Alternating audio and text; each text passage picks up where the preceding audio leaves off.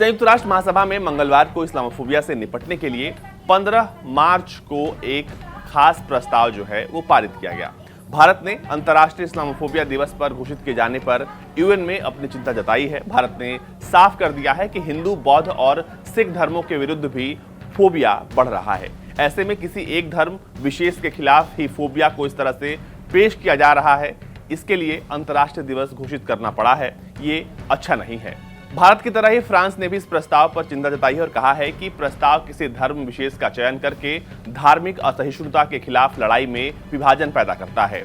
193 सदस्यीय संयुक्त राष्ट्र महासभा में इस्लामिक सहयोग संगठन ने प्रस्ताव पेश किया था कि 15 मार्च को इस्लामोफोबिया से मुकाबला करने के लिए अंतर्राष्ट्रीय दिवस जो है उसको घोषित किया जाए।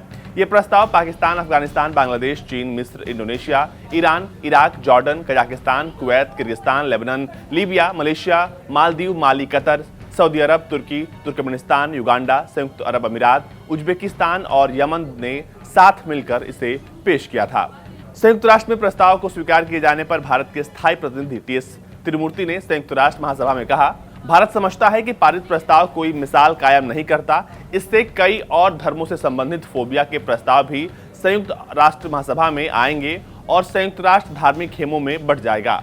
उन्होंने कहा कि हिंदू धर्म के 1.2 अरब से अधिक मानने वाले हैं, बौद्ध धर्म के 53.5 करोड़ से अधिक और सिख धर्म के 3 करोड़ से अधिक मानने वाले दुनिया भर में फैले हुए हैं।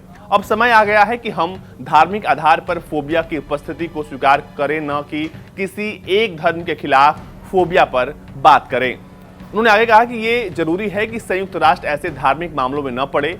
ये हमें शांति और सद्भाव के एक मंच पर साथ लाने और दुनिया को एक परिवार मानने के बजाय विभाजित करने की कोशिश कर सकता है। मसौदा प्रस्ताव पास होने के बाद तिरुमूर्ति ने साफ कर दिया कि भारत यहूदी विरोधी, क्रिश्चियनोफोबिया या इस्लामोफोबिया से प्रेरित सभी कृत्यों की निंदा करता है और ये फोबिया सिर्फ इन्हीं धर्मों तक सीमित नहीं है।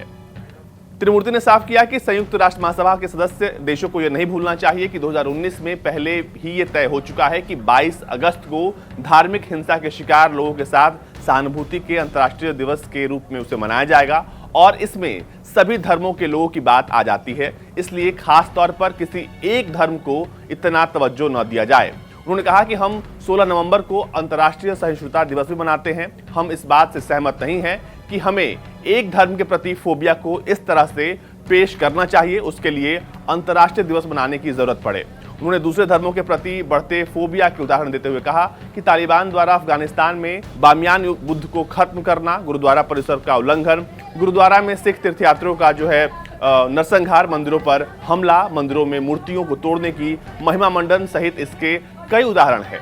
ऐसे में हम बाकी सभी धर्मों को दरकिनार कर किसी एक धर्म के खिलाफ भय को अंतर्राष्ट्रीय दिवस के स्तर तक बढ़ाने के बारे में चिंतित हैं।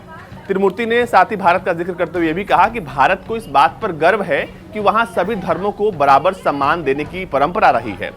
सभी धर्मों का सम्मान करने वाले और लोकतांत्रिक देशों के रूप में भारत ने हमेशा सदियों से दुनिया भर में सताए गए लोगों का और उनके धर्म और मान्यताओं के लिए स्वागत किया है।